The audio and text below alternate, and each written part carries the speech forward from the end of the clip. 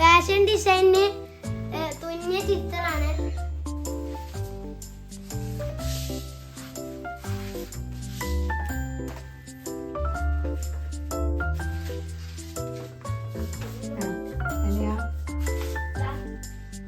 Russell വന്നപ്പോ എന്റെ പഴയ സംഭവങ്ങളൊക്കെ പൊടി തട്ടി എടുത്തു. എന്നിട്ട് അവന് വിചാരിച്ചു കൂട്ടുകാർക്ക് ഷെയർ ചെയ്യാമെന്നതിന് ആ ചാർട്ട് പേപ്പർ ബാക്കിയുണ്ട് മോനെ.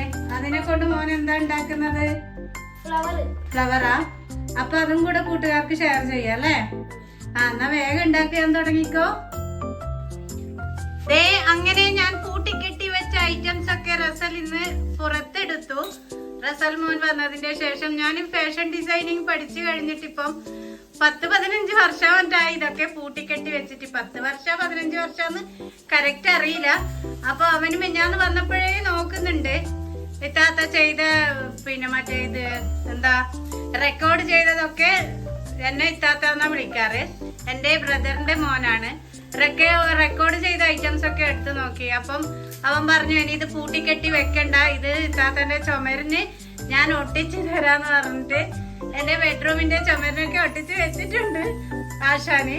ഇതാ ഇപ്പൊ ബാക്കി ചാർട്ട് പേപ്പർ ഉണ്ട്, അതിനെ കൊണ്ട് ഫ്ലവർ ഒക്കെ ഉണ്ടാക്കാമെന്ന് പറഞ്ഞു. ഇത് ഫ്ലവർ ഫിറ്റ് ചെയ്യാനുള്ള ബോക്സ് ഉണ്ടാക്കുന്നെന്ന് പറഞ്ഞു. ആണോ റസലെ? അതെങ്ങനെ ഉണ്ടാക്കുന്നത്? കാട്ടിത്തരാം. എന്നാ ഫുള്ള് റെഡിയാക്കിട്ടായിട്ട് നമുക്ക് വീഡിയോ എടുക്കാം അല്ലേ?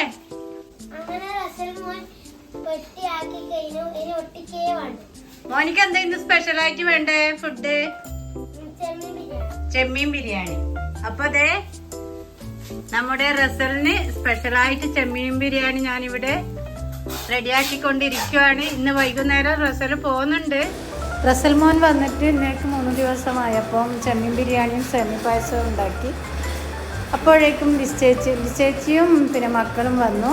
മക്കൾ അതായത് അപ്പു ലിസ്റ്റേച്ചിൻ്റെ മകനാണ്, അപ്പുവിൻ്റെ വൈഫാണ് അനുമോള്. അപ്പോൾ ഇവരുടെ കല്യാണത്തിൻ്റെ വീഡിയോസ് ഞാൻ ഇട്ടിട്ടുണ്ടായിരുന്നു, എല്ലാവരും കണ്ടു. അപ്പോൾ ഓക്കെ, ബൈ, അസ്സലാമു അലൈക്കും.